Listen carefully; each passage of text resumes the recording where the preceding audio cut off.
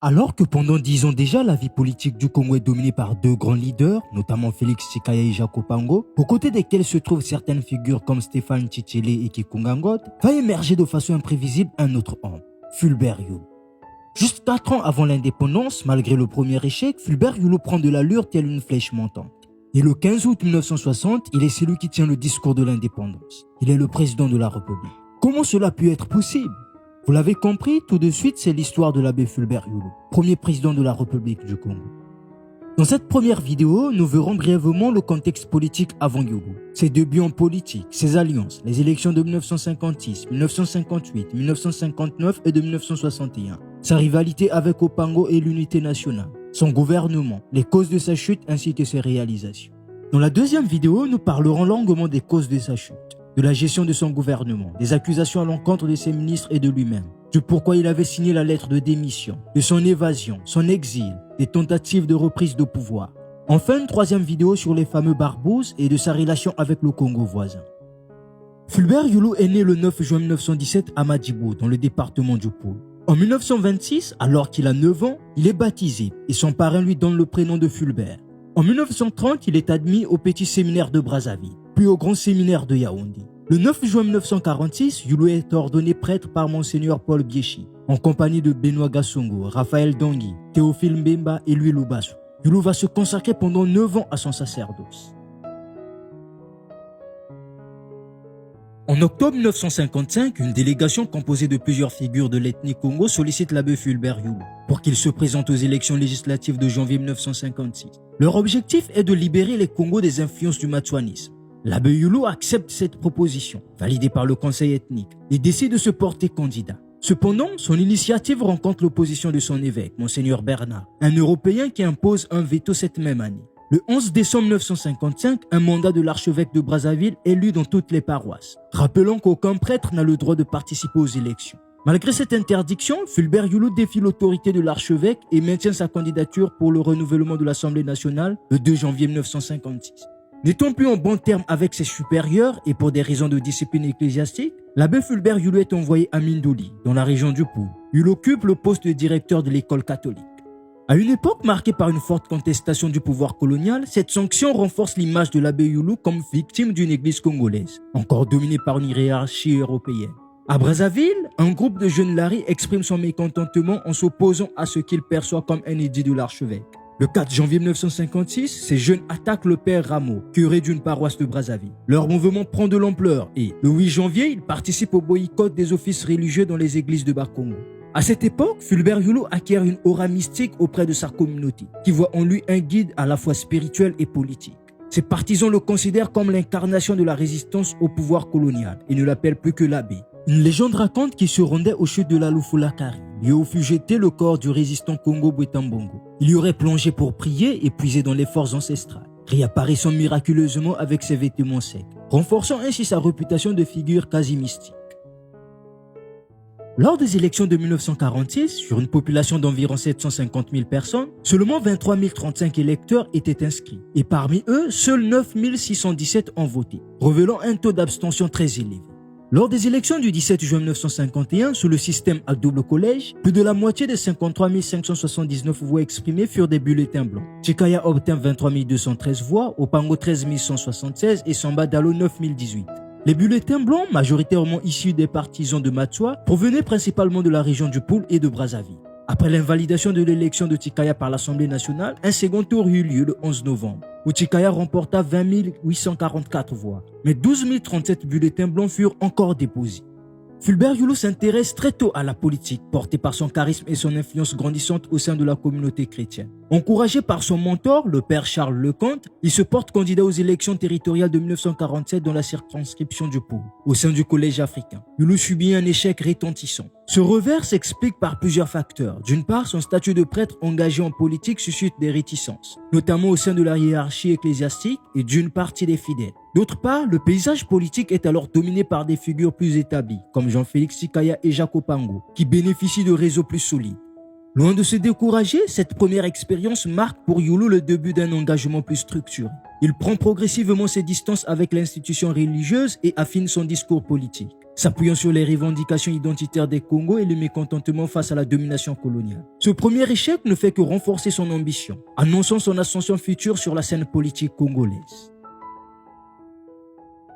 Au début de sa campagne en 1955, Yulu tira parti de son statut de prêtre. Mais lorsque ses supérieurs ecclésiastiques désapprouvèrent publiquement sa candidature, il sut exploiter leur opposition à son avantage. Il raviva également le mysticisme Lari, et chez les jeunes en particulier, il fut perçu comme la réincarnation vivante de Matswa. Ce que rejetait, cette idée n'était plus qu'environ 4000, contre plus de 15 000 lors des élections de 1952.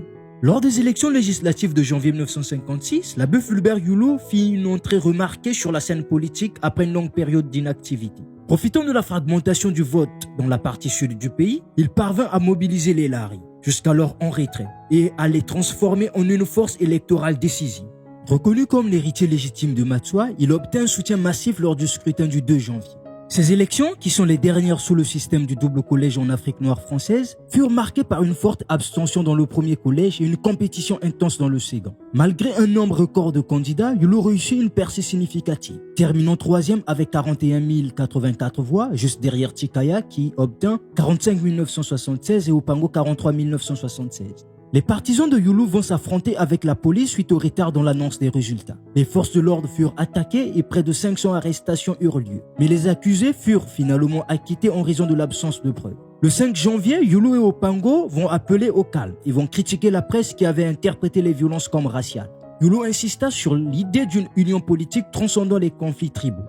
Yulu et Opango vont tenter alors d'obtenir l'annulation de l'élection de Tshikaya, évoquant des irrégularités dans la distribution des bulletins et lors de la campagne électorale. Toutefois, Tshikaya fut confirmé comme député du Moyen Congo, ce qui suscita un mécontentement parmi les partisans de l'UDDIA et des socialistes. Malgré cela, Yulu chercha à tirer parti de la situation en rassemblant ses partisans dans une nouvelle organisation politique.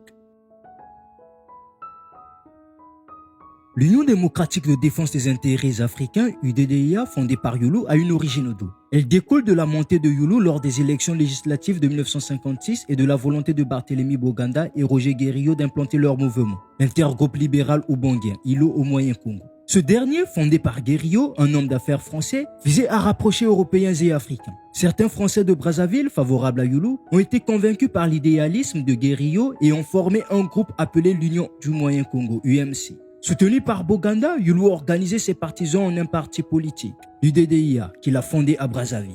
Après sa défaite de 1956, Yulu réussit à convaincre son parti qu'il pourrait renverser le PPC et la SFIO lors des élections municipales suivantes.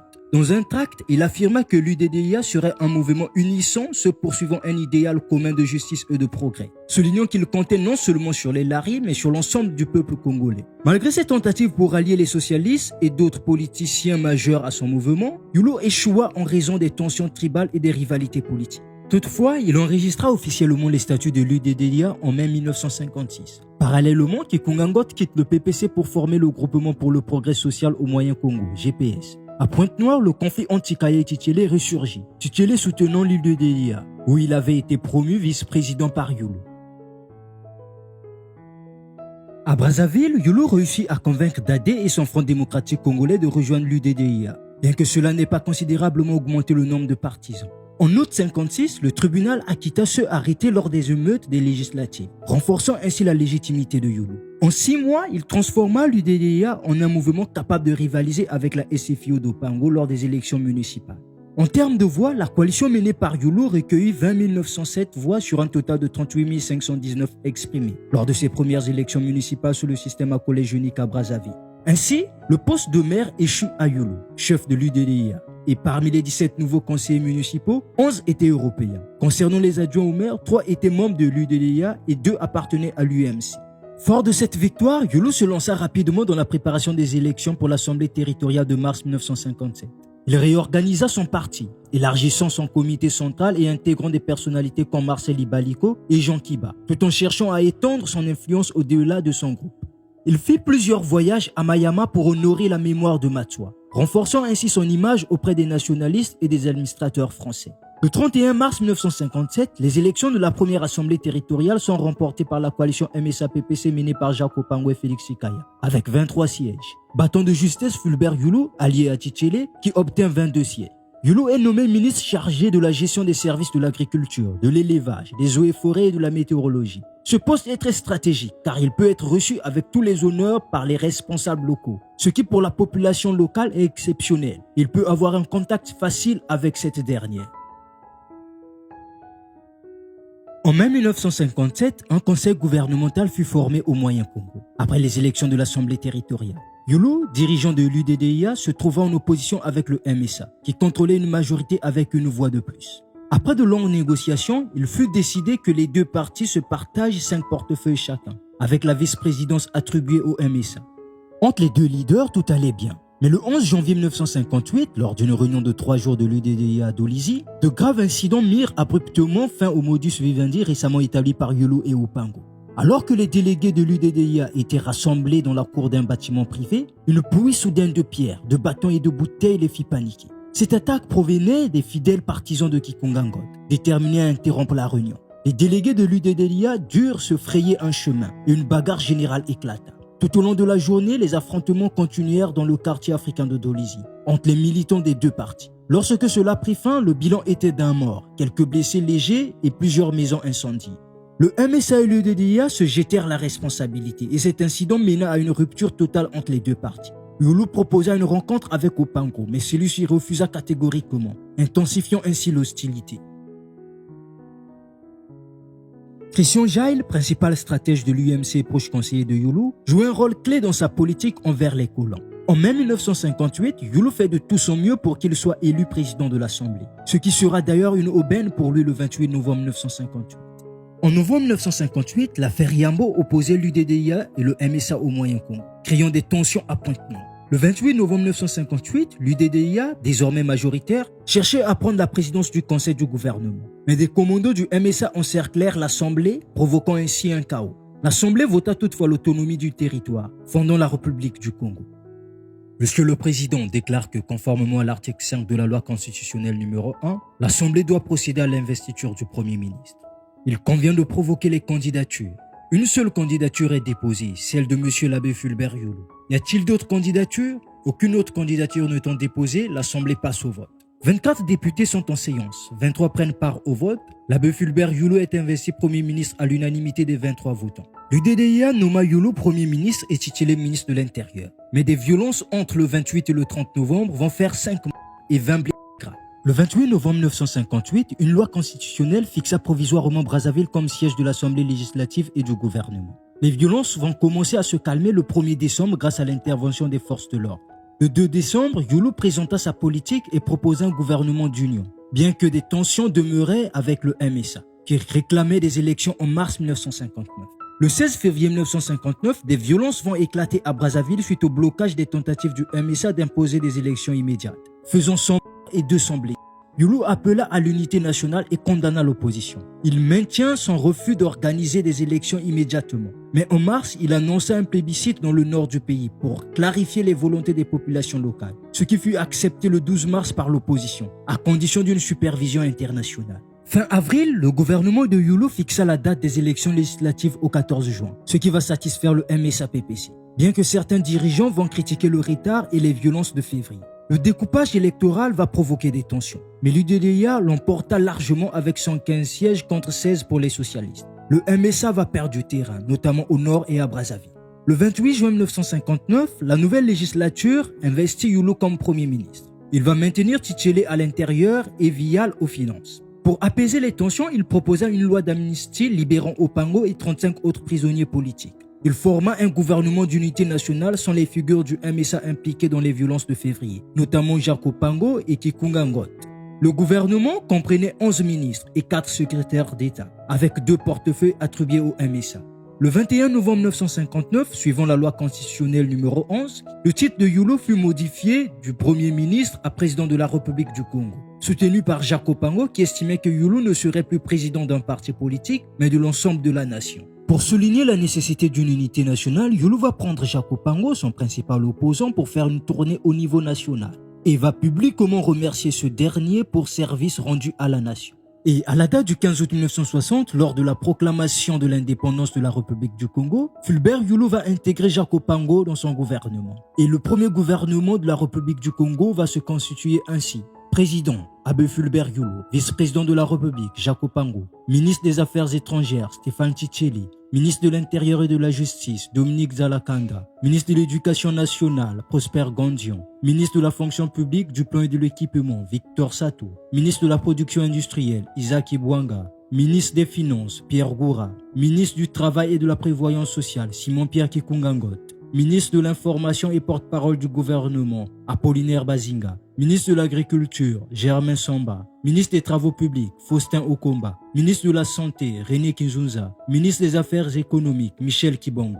La première élection présidentielle en République du Congo a eu lieu le 26 mars 1961. Fulbert Yulu, chef de l'Union démocratique de défense des intérêts africains UDDIA, était le seul candidat et a été réélu sans opposition. Avec un taux de participation de 90,3%, Yulu obtient 97% des 405 437 votes exprimés, sur un corps électoral inscrit de 458 868 électeurs. Yulu, unique candidat, est confirmé comme président de la République du Congo. Seulement, dans son gouvernement, il y aura plusieurs tensions qui conduiront aux démissions de Jacques Opango à 2 reprises et de Massamba Deba seulement 6 mois après son entrée dans le gouvernement. Il y aura également plusieurs accusations, notamment de la gabegie financière, une vie luxueuse ostentatoire, des ministres corrompus. En juillet 1962, Yulu utilisa les pouvoirs accordés par l'Assemblée pour interdire toutes les associations qu'il considérait nuisibles à l'unité nationale. Un mois plus tard, il dissout les 3 partis existants, affirmant qu'il était devenu inutile puisque leurs dirigeants faisaient partie de son gouvernement. Le 25 août, il annonça la création d'un parti unique, soutenu par les porte-paroles de l'UDDIA, de la MSA et du PPC. Cependant, à la fin de l'année, Opango va démissionner, suggérant un désaccord avec les politiques de Yulu. Le 13 avril 1963, les dirigeants et le législatif vont valider à l'unanimité le plan de Yulu pour créer un parti unique. Un mouvement marquant fut l'apparente approbation de son gouvernement par Sékou Touré, président de la Guinée. Invité à Brazzaville pour défendre le système de parti unique, Touré va donner un discours laissant penser aux syndicats congolais à s'opposer à Yulu tout en soutenant le principe du parti unique. Dès lors, plusieurs syndicats vont former un comité commun et soumettre des demandes de réforme, une nouvelle législature, des réformes gouvernementales et le renvoi de ministres corrompus, y compris le ministre de la Justice, Zalakanda. Le 6 août, Yulu rend les négociations et annonce à la radio que son parti unique sera instauré le 15 août. Il interdit les réunions publiques, y compris celles des syndicats, provoquant une réaction du comité commun qui appela à une grève générale le 13 août. En réponse, Yulu fit arrêter 2 leaders syndicaux, Gilbert Pongo et Julien Boukambo. Le matin du 13 août, environ 3000 personnes de Poto-Poto et Bakongo vont tenter de tenir une réunion à Brazzaville en défiance de Yulu. Elles refusent de se dissiper à l'ordre des gendarmes, entraînant un affrontement qui fit 3 et 12 blessés. La foule prit d'assaut la prison, libéra les leaders syndicaux et brûla les maisons de ministres impopulaires. Le soir même, Yulu proclama l'état d'urgence, interdit les rassemblements de plus de 5 personnes et instaura un couvre-feu à Brazzaville. Il annula les célébrations de l'indépendance et évoqua un complot étranger pour expliquer les troubles. Le 14 août, la foule se rassembla à nouveau et la situation devint plus menaçante, incitant Yulu à demander des troupes françaises pour rétablir l'ordre. Il promit un nouveau gouvernement et le renvoi de tous ses ministres, à l'exception de Opango, Titélé et Zalakanda. Il accepta aussi de reporter l'instauration du parti unique pour restaurer l'harmonie nationale. À la date du 15 août, une personne en mobilette est passée devant la foule rassemblée au marché total de Bakongo et a dit « Qu'est-ce que vous faites encore là ?» Tout le monde est déjà au palais. Immédiatement, un mot d'ordre a été lancé au palais. La foule s'est dirigée vers le palais. La foule, maintenant forte de 7000 personnes, avant qui était de 3000, exige la démission de Yulu. À 11h, les troupes françaises vont se retirer suite au refus du général de Gaulle d'intervenir, laissant l'armée congolaise prendre le contrôle. 2 heures plus tard, les officiers supérieurs congolais vont persuader Yulu de démissionner, ce qui mit fin aux 3 jours de révolution, connus sous le nom des 3 Glorieuses. L'armée procéda alors à l'internement de Yulu et de tous ses ministres, à l'exception d'Ibaliko, qui réussit à s'échapper à Léopoldville, actuelle Kinshasa. Après sa destitution, Yulu lance une malédiction contre le Congo. Vous porterez un jour votre calvaire sans coussinet. Cette expression, tirée d'une technique de portage, symbolise les épreuves qu'ils endureront sans protection. Il accuse son peuple d'avoir manqué de discernement en provoquant sa chute et prédit qu'ils souffriront sous un pouvoir oppressif en son absence. À présent, voyons plus ou moins quelques réalisations de Yulu. Fulbert Yulu, le 8 décembre 1958, va affirmer « Nous sommes prêts à formuler toute garantie pour que s'investissent sans crainte et dont la plus grande confiance les capitaux publics et privés sans lesquels il n'est pas possible de concevoir la mise en place de grandes sources d'énergie et des usines de transformation. » Entre 1960 et 1963, le Congo reçoit 38 milliards de francs CFA d'investissement, avec un PIB de 30 milliards en 1961. Les richesses minières, notamment le manganèse et la potasse, attirent 21 milliards. Les investissements sont répartis entre le secteur primaire, 3 milliards, l'industrie, 2,7 milliards, le tertiaire, 6,3 milliards et des programmes non économiques, 5 milliards. Les capitaux privés représentent 32%, l'aide internationale 41% et le gouvernement congolais 27%. Sous la présidence de Yulu, le déficit commercial est réduit de 5,7 milliards en 1960 à 4,1 milliards en 1963. Les exportations, donc le bois et les produits de l'industrie légère, augmentent. Le déficit est partiellement compensé par les revenus du transit, atteignant 2,3 milliards en 1963. On peut aussi noter la construction des routes pour relier les villes et améliorer le commerce, ainsi que le développement du port de Pointe-Noire, un hub économique stratégique, la construction du stade de la Révolution qui débute en 1962, le lancement du projet du barrage de Kwilu le 24 mai 1961. Le président Fulbert Yulu va déclarer dans son discours à la cérémonie de lancement des travaux de construction du dit barrage: l'avenir du Congo est ici même, et le barrage conditionne et détermine à lui seul notre évolution. Il est capable de transformer le pays selon les données les plus modernes, de nous hausser au rang de puissance économique et industrielle, de transformer radicalement les conditions de vie et le pouvoir d'achat de la masse en fournissant à bon compte l'énergie qui nous manque, et de parachever l'indépendance politique acquise par l'indépendance économique tout aussi forte et tout aussi impérieuse. Le Kwilu retient l'attention combinée de l'industrie de l'aluminium, de l'industrie des ferro-alliages, de l'industrie de l'azote et du phosphore, et même dans une certaine mesure des industries nucléaires, puisqu'il n'est pas exclu que la séparation isotopique à l'échelle européenne soit conduite à chercher une solution de son problème au Congo. Yulu comptait beaucoup sur les mines de bauxite de Guinée, indispensables au projet du barrage de Kwilu. Ainsi, en 1962, il se rend en Guinée. Les 5 et 6 juin 1963, c'est au tour de Sékou Touré de venir au Congo. À l'occasion de ce voyage, le dirigeant guinéen fait d'encourageantes promesses économiques. La Guinée est riche en minerais et elle est disposée, je le dis, à mettre à disposition du Congo toutes les quantités de bauxite ou de fer nécessaires à la réalisation du Kwilu et plus tard à la rentabilité de l'usine qui sera construite. Mais avec la chute de Yulu, Sékou Touré va refuser de donner sa bauxite, car pour lui, c'est à Yulu qu'il avait promis cela.